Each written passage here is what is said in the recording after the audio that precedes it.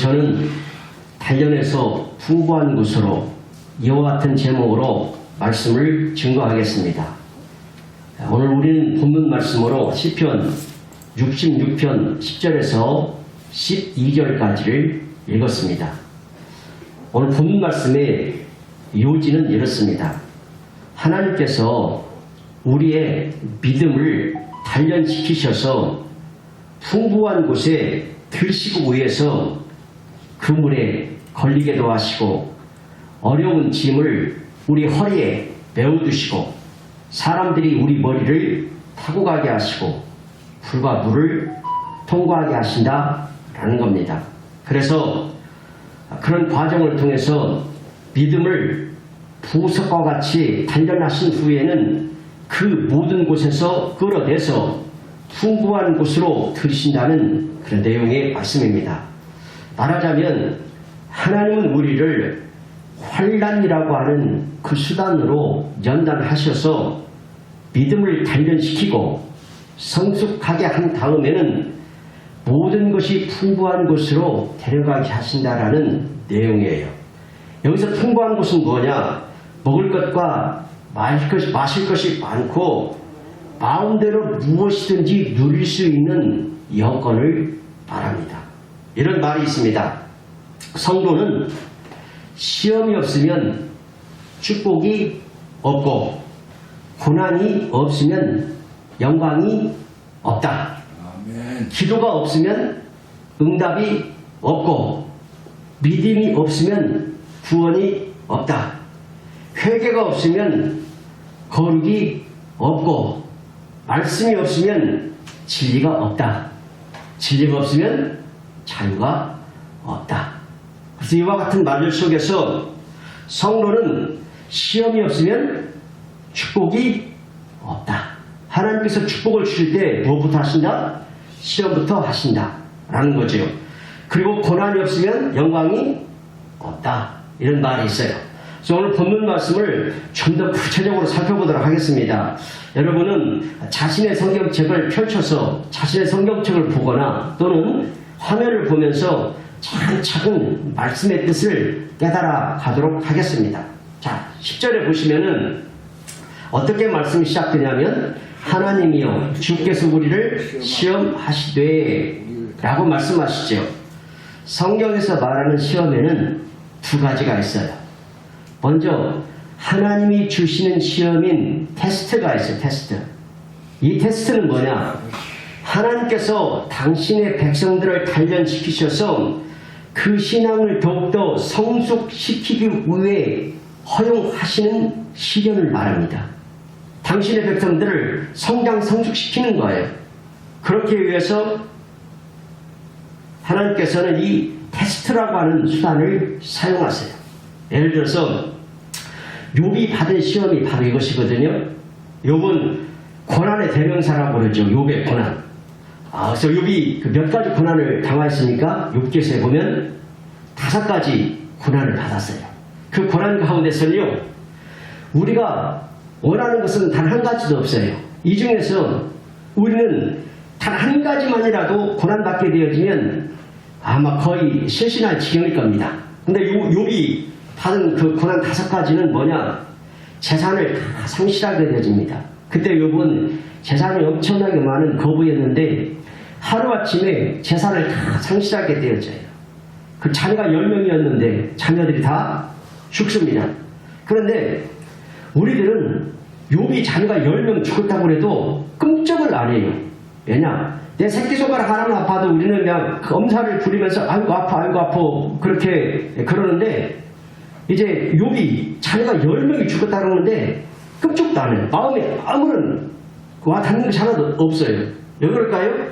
내 일이 아니고 남시기 때문에 그렇다는 거지. 어쨌든 욥은 자녀가 10명이 죽었어요.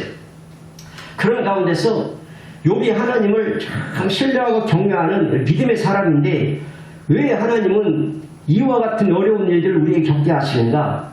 아내가 욥을 저주합니다. 또 욥은 육신의 이제 질병으로 고통을 당하게 되죠. 또 계속해서 친구들이 조소를 하게 되죠. 하지만 욥은 이와 같은 극심한 시험 가운데서도 다음과 같이 고백을 해요.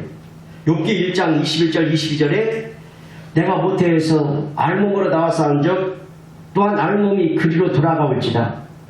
주신 이도 여호와시요 거두신 이도 여호와시오니 여호와 이름이 찬송을 받으실지니라 하고 이 모든 일에 욥이 범죄하지 아니하고 하나님을 향하여 원망하지 아니하니라. 욥은 이와 같은 믿음의 고백을 하면서 신앙의 참으로 아름다운 모습을 보여주고 있습니다. 또 아브라함도 역시 아들 이삭을 번제물로 드리라는 시험을 받게 되지요. 하지만 아브라함도 이 시험을 멋지게 통과해서 믿음의 조상과 복의 근원이 되는 영예를 얻게 되어집니다. 이와 같이 하나님이 주시는 시험에서 승리한 자는 복이 있는 줄 믿습니다. 영광이 있는 줄 믿습니다. 왜냐하면 하나님께서 그를 옳다고 인정하시며 그에게 장차 생명의 멸관을 주실 것이기 때문이다 라는 거예요. 또 시험에는 사탄이 사람들 유혹하는 시험인 템테이션이 있어요. 유혹. 이 템테이션, 사탄의 유혹은 각 사람이 자신의 욕심에 끌려 미혹되도록 하는 것입니다.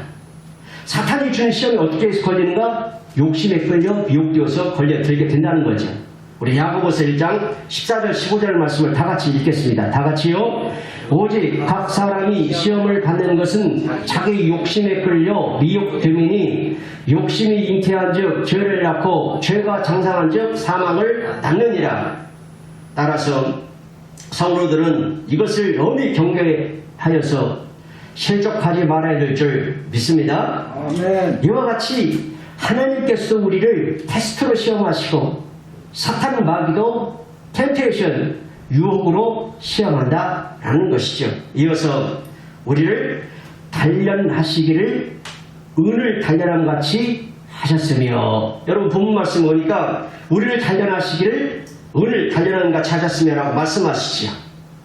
이것은 불순한 이물질이 섞여있는 은광석이 오랜 재련 과정을 통해서 순수한 은이 되듯이 하나님께서도 당신의 백성들을 여러 모양으로 단련하셔서 하나님의 뜻에 합당한 자로 성숙되게 만드시는 거예요. 이런 의미에서 본 시의 저자는 역사상 이스라엘 백성들이 계속해서 겪은 갖가지 고난들이 실상은 그들의 신앙을 더욱더 성숙하게 해준 단련의 과정이었음을 고백하는 것입니다. 자, 사람이 여러분 건강하게 살려면요, 단련을 해서 근육이 튼튼해져야 돼요. 그래서 근육을 키우고 튼튼하게 하기 위해서 열심히 운동을 하지. 병원에서 종합 건강검진을 받을 때 제일 골치 아플 것이 뭐냐면 과체중입니다. 체중은 무조건 줄여야 돼요. 왜냐? 비만은 만병의 원인이 되기 때문입니다. 그래서 병원에 이제 건강검진을 받으러 가면 맨 처음에 하는 것이 뭐죠? 체중을 재죠. 여기에 이제 놀라운 사실이 있는데, 체중을 재는데 세 가지 기준으로 체중을 재요. 하나는 지방을 잽니다. 지방. 그 다음에 뼈의 무게가 얼마냐. 다음에 근육입니다. 근육. 이 세 가지 내역이 따로따로 나오는 거예요. 쉽게 말하면 당신은 고깃덩어리 무게가 얼마고 뼈가 몇 근이고 근육은 얼마나 되나, 이것을 분석하는 거예요. 그런데 이제 체중이 많고 적으냐가 중요한 것이 아니고 뼈의 무게가 많이 나갈수록 좋습니다. 지방은 막 이만큼 통통한데 뼈가 없어 보세요. 뼈가 부실해. 그럼 어떻게 돼요? 큰일 나겠죠. 사람의 몸에는 뼈가 한 200개 이상의 뼈가 있다고 그래요. 모든 뼈들이 다 튼튼해가지고 제 기능을 제대로 발휘하면 건강하게 살게 되는 것이지요. 피는요, 그 뼈에 있는 골수에서 만들어낸다는 거예요. 그러니까 피가 어디서 만들어져요? 사람 뼈에서 만들어진다는 거예요. 그래서 이 골수에는 혈액을 만들어내는 줄기세포가 존재하는데 이것을 조혈모 세포라고 그렇게 말합니다. 그래서 사람은 뼈가 튼튼해야 건강합니다. 그런가 하면 근육도 많아야 좋습니다. 젊은 사람들은 근육의 무게가 많이 나가죠. 그래서 젊은 사람은요, 많이 먹어도 힘도 안 들고 건강해요. 하지만 나이가 들면서 어떻게 돼요? 근육이 빠져요. 근육의 양이 빠지기 때문에 이제 체중이 많이 나가면 문제거리가 되는 거예요. 근육이 아니라 기름덩어리만 있기 때문에 병의 원인이 되는 것이죠. 근육의 양이 모자라면 고지혈증이 되고 지방간이 되고 고혈압이 되고 뇌졸중이 되는 거예요. 그런데 이 근육은요, 계속 움직이는 것이기 때문에 근육이 움직이면서 근육 사이를 지나가고 있는 피를 맑게 해줍니다. 피를 연소시키는 것이죠. 그래서 근육이 많으면 피가 깨끗해져요. 그런데 근육이 없으면 삐쩍 말라서도 고혈압에 걸리게 되어버려요. 그렇기 때문에 부지런히 움직이고 운동을 해서 근육을 키워야 합니다. 근데 어떤 사람들은요, 살 뺀다고 그냥 밥 안 먹고 다이어트 해가지고 체중만 줄이려고 그러는데 체중만 줄여가지고는 뭐 이거 되는 것이 아니에요. 몸무게는 줄였는데 힘이 없어. 아령 들만한 힘도 없어. 그리고 여러 가지 신체적 부작용이 따르게 되는 것이죠. 이제 다이어트 해가지고 운동 나라고 이제 그 밥 안 먹고 다이어트해서 살 빼면 살도 처지게 되고 트게 되고 탄력도 없어지고 배만 고프고 이제 건강도 사라지고 여러 가지 부작용이 나타나게 되는 것이죠. 그러면 사람이 건강하려면 결론이 뭐예요? 근육이 많아야 된다. 하지만 근육은 거저 생기지 않습니다. 움직여야 됩니다. 부지런히 움직여야 근육이 생깁니다. 그래서 따라합시다. 누우면 죽고 걸으면 산다. 많이 들어봤죠? 이런 말이 있잖아요. 부지런히 걷고 부지런히 움직여야 건강하다는 말이죠. 그래서 이제 닭도요, 닭을 키워보세요. 닭도요, 이제 그 새벽에 딱 일어나면은요, 자기가 자던 곳에서 탁 내려와가지고 막 날개짓을 하면서 움직입니다. 닭도 운동을 해요. 개도 마찬가지예요. 개도 한숨 다 자고 일어나면요, 앞다리 뒷다리를 쫙 뻗어가지고 스트레칭을 쫙 합니다. 개가 건강하려면요, 이리저리 정신없이 뛰어다니면서 운동을 해야 돼요. 개가 이제 운동을 안 해가지고 먹기만 실컷 먹어서 배가 이렇게 나와버리잖아요. 개가 배 나와버리면 그때부터는 이제 병원 갈 일이 많아집니다. 근데 걔는 운동도 많이 해야 돼. 그래 건강해. 이와 같이 사람이든 짐승이든요, 계속 움직여야 근육이 발달하고, 근육이 발달해야 피가 맑아지고 힘이 생기고 건강하게 살아갈 수 있다라는 거예요. 마찬가지로 건강한 신앙생활을 하려면 영적 근육이 발달하고 튼튼해야 될 줄 믿습니다. 아멘. 그래서 우리의 체질을 잘 아시는 하나님께서는 이 영적 근육을 키우기 위해서 은을 단련함같이 단련하신다라는 거예요. 자, 다음 화면. 자, 함께 읽겠습니다. 시작. 우리를 단련하시기를 은을 단련함같이 하셨으며, 그래서 하나님께서 우리의 영적 근육을 튼튼하게 만들기 위해서 은을 단련함같이 하신다라는 말씀이 얼마나 귀하고 확실한 메시지입니까? 여기서 단련이라고 하는 것에 아주 굉장히 중요한 메시지가 내포가 되어 있어요. 단련한다는 것은 뭐예요? 은을 단련한다는 것은 불 속에 들어가는 걸 말하잖아요. 그래서 은을 불 속에다 딱 집어넣고 앞에 풀무질을 하는 거예요. 잠깐 바람을 일으켜가지고 불꽃이 더 피어나게 만드는 것이죠. 이것을 계속 반복하면서 찌꺼기가 다 빠져나가게 해서 순수한 은을 만들어내는 거죠. 수천 년 전부터 은과 금은 다 이렇게 만들어 왔습니다. 오늘날도 강철은 그런 식으로 만들어요. 강철 별거 아니죠. 매를 많이 맞은 것이 강철입니다. 그래야 강력한 강철이 되는 거죠. 어떤 철은요, 얼마나 강하냐면 다른 강철을 깎아낼 수 있을 만큼 강합니다. 이런 강철은 그럼 어떻게 만들었을까요? 매를 많이 맞고 또 맞고 맞아서 탄생하는 것이죠. 이와 같이 하나님께서는 우리를 아시고 우리를 그와 같이 강철과 같이 만들기 위해서 단련하시고 가르치신 거예요. 첫째는 지식으로 알게 하는데, 말씀 지식, 진리 지식으로 가르칩니다. 다음은요, 느끼고 감격하도록 가르치십니다. 그리고 마음에 사무쳐서 깨달아지도록 가르치세요. 마지막에는요, 이제 버릴 것 버리게 하고, 잘못된 것 끊게 하고, 찌꺼기 불순물을 제거하도록 강하게 역사하십니다. 강하게 역사하는 방법이 뭐라고요? 단련이라고, 단련. 단련시키기 위해서 불 속에 집어넣고 달구고 또 꺼내서 막 매질을 하는 거예요, 이게. 예. 잠언서 27장 22절에 보면 이런 말씀이 나오는데, 미련한 자를 곡물과 함께 절구에 넣고 찌울지라도 그 미련이 벗겨지지 않는다는 거예요. 미련한 자는 절구에 넣고 아무리 찌어도 벗겨지지 않아요. 그렇기 때문에 하나님께서 그 미련을 벗겨내고 하나님께서 원하시는 귀한 사람을 만들기 위해서 어떻게 하신다? 불 속에 집어넣어서 녹이는 거예요. 이게 연단이라는 거예요. 아무튼 강철이 매를 많이 맞아서 탄생되듯이 하나님께서는 당신의 백성들을 따라합시다. 왕관의 보석. 왕관의 보석. 당신의 백성들을 왕관의 보석같이 귀하게 만들수록 더 강하게 단련시킨다는 거예요. 그러면 하나님께서 당신의 백성들을 단련시키기 위해서 어떤 방법으로 단련하실까요? 11절 이하의 말씀에서 그 방법을 가르쳐주고 있습니다. 11절 우리 한번 보겠습니다. 다 같이요. 시작. 우리를 끌어 그물에 걸리게 하시며. 어떻게 달리게 하신다고요? 우리를 끌어 그물에 걸리게 하신다. 여기 그물에 해당하는 말은 히브리어로 매추다 그러거든요. 감옥을 뜻하기도 해요. 그리고 또 빠져나올 수 없는 묘세나 성벽을 가리킨다는 것이죠. 이것은 자유가 없는 속박의 상태를 상징하는 것으로서 이스라엘 백성이 겪었던 애굽에서의 속박을 의미하기도 해요. 이어서 하나님께서 어떻게 단련하시는가?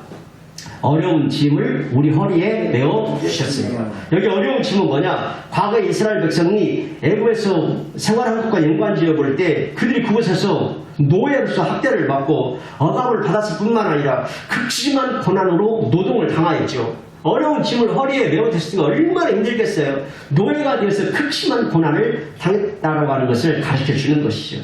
이어서 이제 12절에 어떻게 단련하시는가?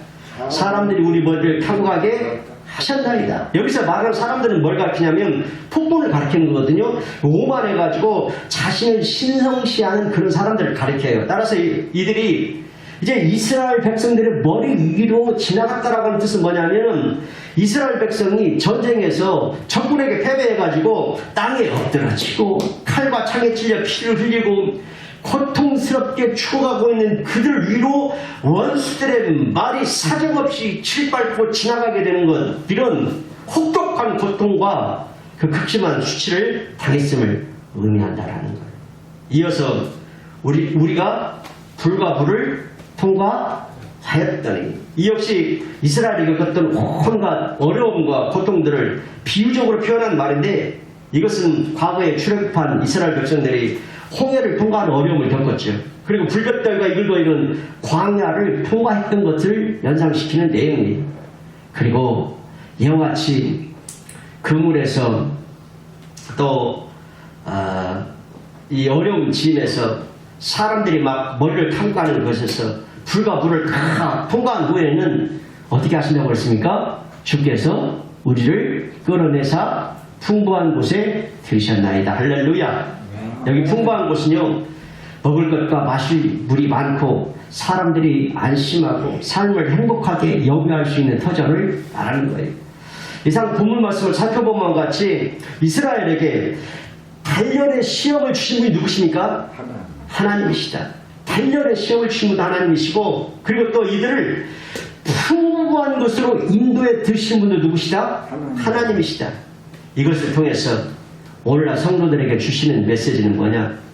일시적으로 우리가 인생사를 살아갈 때에 시련을 당하고 고난을 당하고 여러 가지 어려운 일을 당하는 것은 결국에 더 큰 축복과 번영을 안겨주기 위한 하나님의 허용적 섭리이므로 고난에 처할 때 더욱더 담대하게 강하게 하나님을 신뢰하는 신앙을 가져야 됨을 깨닫게 하는 메시지입니다. 계속해서 이제 본문 말씀이 이제 우리 실생활에 와 닿도록 좀 더 구체적으로 말씀을 이어가도록 하겠습니다. 이스라엘 백성이 애굽에서 나왔죠. 그런데 하나님께서 하나님께서 어째서 하필이면 그들을 홍해로 이어지는 광야로 인도하셨을까? 사람들이 원하는 말은 이거죠. 야, 하나님께서 인도하시는 길은 평탄하고 곧고 순조롭고 푸른 초장, 맑은 물가일 거라고 생각하는데 하나님께서 인도하시는 게 이런 곳인데 하나님께서 인도하시는 그 길을 따라가 봤더니 뭐가 있어요? 앞에 홍해가 딱 가로막고 있어요. 갑자기 길이 없어져 버렸어요. 더 이상 나갈 수가 없습니다. 막막합니다. 절망입니다. 이제는 죽는 것입니다. 그래서 이대로는 죽을 수가 없지. 다시 돌아가자 하고 뒤를 딱 돌아봤더니 뒤에서는 뭐가 있습니까? 애굽 군대가 아주 급하게 뒤쫓아 추격해오고 있는 거예요. 그렇다면 하나님께서는 왜 이런 절박한 상황에 맞닥뜨리게 하였을까요? 왜 하나님께서는 이 막다른 길로 인도하셨을까요? 바로 그것은 하나님께서 홍해 바다를 딱 가르셔서 이스라엘 백성들 하여금 그곳을 육지처럼 건너가게 하심으로 하나님 되심을 드러내기 위해서 그렇게 하신 줄 믿습니다. 아멘. 이것을 누가 하셨다고요? 하나님. 그러니까 하나님이시다라는 것이죠. 또 한 가지는 당신의 거룩한 백성들이 애굽 생활을 완전히 버리게 하기 위해서 그렇게 인도하시는 거예요. 애굽에서의 잘못된 습관, 생각 다 버리게 하시려고 이처럼 하나님께서는 큰 역사를 이루신 거예요. 여러분, 과거를 버린다는 것, 잘못된 습관과 생각을 버린다는 것이 참 어려운 일이죠. 아멘. 이거 혼자 못해요. 근데 어떨 때 가능하냐? 위대하신 하나님께서 강력하게 역사하실 때 비로소 과거의 애굽 성으로부터 벗어날 수가 있어요. 아멘. 그래서 하나님께서 이스라엘 백성들을 그 애굽 성을 벗겨내기 위해서 광야에서 몇 년? 40년 동안이나 광야에서 머무르게 하셨어요. 그럼 이스라엘 백성들로 하여금 광야에서 40년 동안이나 머물게 하신 이유가 있어요. 그래서 성경은 신명기에서 간단하게 가르쳐주고 있는데 너를 낮추시며 하나님 앞에 겸손하게 하시기 위해서 그렇게 하셨다라는 거예요. 그러니까 하나님께서 당신의 백성들 하여금 낮아지게 하고 겸손한 사람으로 만들기 위해서 광야에서 40년 동안이라고 하는 그 과정과 기간이 필요했다라고 하는 것이죠. 이런 이유로 이스라엘 백성들은 40년 동안의 어려운 시련을 광야에서 겪어야 됐어요. 그래서 그 기나긴 과정을 통해서 하나님께서는 그들을 강하고 지혜롭게 만들어 주셨습니다. 자, 하나님의 교과 과정이 있습니다. 그 교과 과정은 내가 정하는 것이 아니죠. 내가 하고 싶은 대로 하면 탈락입니다. 신앙생활도 내가 하고 싶은 대로 내 마음대로 하면 그거 유효하지 않습니다. 탈락입니다. 하나님이 시키는 대로 해야 되는 것이지요. 아멘. 마치 이런 거죠. 선생님은요, 이러한 과정을 거쳐야 교육이 된다라고 하는 것을 많은 시행착오와 그 많은 경험들을 통해서 잘 알고 있어요. 그런 거로 선생님의 커리큘럼, 그 교과 과정에 충실하게 잘 따라줘야 훌륭한 제자가 되는 거예요.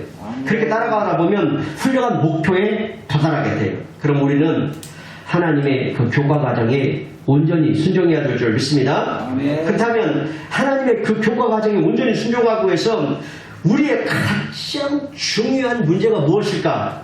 바로 그것은 나를 가르치는 분에 대한 믿음이에요. 전적인 신뢰가 중요해요. 때로요, 하나님께서 우리를 인도해 가시고 교육하시는 과정에서 때로 매도 맞습니다. 매를 맞아요. 아픕니다. 고통스럽습니다. 힘듭니다. 어렵습니다. 하지만 그럴 때에 나를 때리시는 분에 대한 확고한 믿음이 있다는 것입니다. 내가 어려운 시련을 당합니다. 그러나 이 시련을 내게 주시는 신실한 하나님에 대한 확실한 믿음이 있습니다. 그분의 사랑을 믿습니다. 그분의 능력을 믿습니다. 그분의 놀라운 지혜를 믿습니다. 그리고 시련을 당합니다. 그러면 이 시련은 더 이상 어려운 일이 되지 않습니다. 바로 하나님이 주시는 시련은 확정된 결과가 뭐라고요? 선이기 때문에 더 이상 저주가 아니라는 거예요. 그 시련은 심판이 아닙니다. 그 깊은 곳에 우리가 모르는 하나님의 사랑이 있다는 거예요. 거기에 하나님의 지혜가 있습니다. 하나님의 선하신 인도하심이 있습니다. 그래서 욥기 23장 10절에 이렇게 고백해요. 욥은 그 많은 시련을 겪으면서 이렇게 간증을 해요.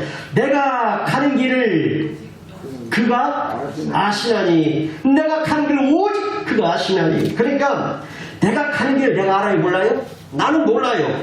현재도 모르고 미래도 모릅니다. 막막하게 살아갑니다. 시련을 당하며 힘들게 살아갑니다. 하지만 하나님께서는 내가 지금 가고 있는 그 길을 다 아신다. 그래서 아멘. 나를 단련하신 후에는 내가 순금같이 되어 나오리라. 요건 이 믿음으로 그 많은 시련을 극복할 수가 있었다라는 거예요. 오히려 시련을 통해서 기회를 얻고 그 많은 은총을 받게 되고 하나님께 가까이 가는 축복을 누리게 되었다라고 하는 말씀입니다. 아멘. 아멘. 더욱더 놀라운 말씀이 있는데 그게 뭐냐? 시련을 당할 때에 하나님 피할 길을 주신다는 거예요. 우리 고린도전서 10장 13절을 화면을 보고 읽겠습니다. 다 같이요. 사람이 감당할 시험밖에는 너희가 당한 것이 없나니 오직 하나님은 미쁘사 너희가 감당하지 못할 시험당함을 허락하지 아니하시고 시험당할 즈음에 또한 피할 길을 내사 너희를 능히 감당하게 하시느니라. 아멘. 아멘. 여러분, 사는 동안 우리는 많은 어려움을 겪을 때가 있지요. 마치 캄캄한 동굴 속을 두려움 속에서 혼자 걷고 있을 때가 있어요. 여러분, 동굴 속에서 한번 헤매보면 얼마나 두려운지 알아요. 제가 중국에 여행을 갔는데 이제 다리 기부스를 한 그 사모님하고 저분은 몸이 좀 불편하기 때문에 어느 정도까지 따라가다가 그 가이드가 온 길로 다시 나가면 됩니다 해서 그 분 앞에서 기다리세요 그랬어요. 그래가지고 우리 일행들은 그 황룡 동굴인가요? 어마어마하게 커요. 산 하나에 엄청 큰 산인데 그 동굴 안에 들어가면은요 이 그 강들이 있어요. 강들도 있고 그 4층까지 되어 있고 그럴 정도로 어마어마한 동굴인데요. 야, 거기서 이제 어느 정도까지 가고 그 이상부터는 너무나 험난하고 힘들기 때문에 불편하신 두 분은 이 왔던 길로 다시 나가세요. 다 그래. 되돌아 나오는데 두 갈래 길이 있었던 거예요. 야, 우리가 어디로 왔죠? 그래, 길을 잘못 선택했어요. 잘못 선택해가지고 그 길을 쫙 따라가는데 사람이 하나도 없는 거예요. 우리 두 사모님이 얼마나 무서운지, 야, 진짜 사모님하고 나하고 진짜 무서웠어요. 거기서, 속에서. 길을 막 거기서 엄청 헤매고 있는 거죠. 동굴 속에서 헤매다가 어쩌다가 한 사람씩 나타나면 우리가 이제 그 중국어를 모르기 때문에 날출자를 쓰는 거야, 날출자. 이렇게 나가는 길이 어디냐. 그 물어보면 다 이렇게 다 그걸 쫙 한참을 헤매고 이제 거기서 이제 헤매다가 그 동굴에서 빠져나오니까 우리가 들어갔던 입구에서 한참 떨어지고서 나오더라고요. 그때 이제 저희 마음속은 뭐였냐면은 내 속에 명함이 있었으니까 호텔 명함을 가지고 있었으니까 일단 동굴 밖으로 빠져나가게 되면 마치 올림픽 공원에서 동문으로 들어가서 저쪽 동문으로 나온다 할지라도 요거 우리가 동물을 못 찾으니까 우리가 이거 그 택시를 타고 호텔로 찾아가자 그런 마음을 가지고 있었어요. 그래서 동굴 속에서 그렇게 헤매했던 적이 있습니다. 그렇기 때문에 우리가 인생을 살아갈 때에 굉장한 어려움을 만나게 되어지면 캄캄한 그 동굴 속을 두려움 속에서 혼자 걷고 있는 느낌을 받을 때가 있다라는 거예요. 아멘. 그러면 그럴 때 우리는 하나님께 푸념을 하죠. 하나님, 이건 너무 심하지 않습니까? 꼭 하나님 저한테 이렇게까지 하셔야 되겠습니까? 라며 원망 섞인 말을 내었습니다. 하지만 그 과정을 이제 다 통과하고 순금같이 딱 든 후에 걸어왔던 지난 날들 뒤돌아보면 그것이 하나님의 얼마나 큰 사랑이었는지를 감사하게 되어집니다. 순금같이 나오리라. 이 말씀 무슨 뜻이에요? 하나님께서 나를 다 알고 계셨다라는 뜻이에요. 순금같이 나오리라. 그러니까 너의 정체성은 본래 무엇이다? 순금이었다. 너의 정체성은 너는 원래 순금이야. 너는 본래 순금이었어.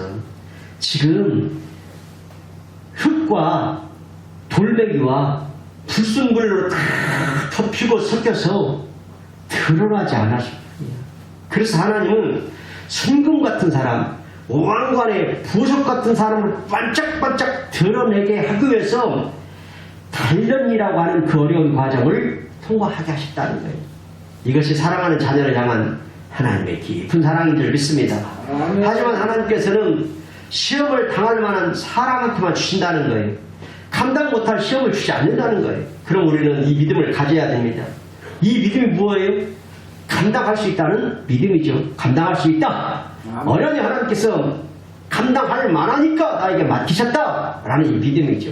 감당할 수 있을 뿐만 아니라 감당하는 순간 새로운 역사가 창조되는 줄 믿습니다. 마침내 감당 다 하고 난 후에 그 끝에는 시편 126편 3절을 진심으로 고백하며 감사하게 되는 것이 다 같이요. 여호와께서 우리를 위하여 큰 일을 행하셨으니 우리는 기쁘도다. 할렐루야. 아멘. 우리에게 큰 일을 행하시는 하나님께 영광의 박수를 올려드리겠습니다. 그러므로 성도 여러분, 하나님의 자녀로서 신하신 하나님을 향한 그 신뢰가 있다면 아멘. 어떤 시련을 당해도 이건 내게 주시는 축복이다. 아멘. 나로 하여금 다른 길을 가게 하는 것이다. 아멘. 내가 버리지 못하는 걸 버리게 하는 것이다. 아멘. 내가 미처 깨닫지 못하는 걸 깨닫게 하는 것이다. 주여. 이것은 내게 주시는 축복이다. 이렇게 받아들이며 믿음으로 살아갈 수 있는 줄 믿습니다. 아멘. 그 확정된 결과가 선이라고 하는 줄 믿고 그렇게 인도하시는 신실한 하나님을 신뢰한다면 이 시련도 나에게 축복이다 라고 믿음에 살아간다는 거예요. 사랑차는 성도 여러분, 깊이 생각하십시다. 여기 겸손한 자가 있으니까 그는 많은 시련을 당한 자입니다. 주여 아버지. 여기 지혜로운 자가 있으니까 남달리 고생을 많이 겪은 사람입니다. 여기에 강한 자가 있으니까 남보다 시험을 많이 겪은 사람입니다. 여기에 믿음 있는 자가 있으니까 남보다 더 많은 고난을 당한 사람입니다. 아멘. 여기에 충성된 자가 있으니까 주여. 누구보다 주님께로부터 은혜를 많이 입은 자입니다. 아멘. 여기에 사랑하는 자가 있으니까 특별히 주님께 사랑을 많이 받은 사람입니다. 아멘. 여기에 자아가 죽은 사람이 있으니까 큰 실로 주님의 십자가를 경험한 사람입니다. 아멘. 여기에 주님의 몸된 교회를 귀하게 여기고 아끼는 사람이 있으니까 주여. 큰 참으로 주님의 살과 피를 먹은 사람입니다. 아멘. 여러분, 아멘. 주님을 믿는 믿음, 주님을 향한 사랑은 공짜로 주어지는 것이 아니지. 주여. 하나님께서 우리에게 은혜를 주시지만 그 받는 과정은 어려운 시련 속에서 주어지는 것이죠. 그래서 야고보서 1장 2절은 말씀합니다. 내 형제들아, 너희가 여러 가지 시험을 당하거든 온전히 기쁘게 여기라. 이는 너희 믿음의 시련이 인내를 만들어내는 줄 너희가 알리라. 그렇습니다. 아멘. 시험을 당할 때 어떻게 하라고요? 따라합시다. 온전히 기쁘게 여기라. 온전히 기쁘게 여기라. 철저히 놀라운 신앙이지요. 왜 그렇습니까? 시련을 당하는데 왜 기뻐합니까? 저 앞에 예비된 면류관이 있고 저 앞에 성숙함이 있고 저 앞에 축복이기 때문인 줄 믿습니다. 아멘. 저 앞에 풍부한 곳이 있습니다. 그러므로 아멘. 단련해서 풍부한 곳을 인도하시는 하나님을 찬양하며 항상 기쁘게 사는 승리하는 성도가 되시기를 주의 이름으로 축원합니다. 아멘.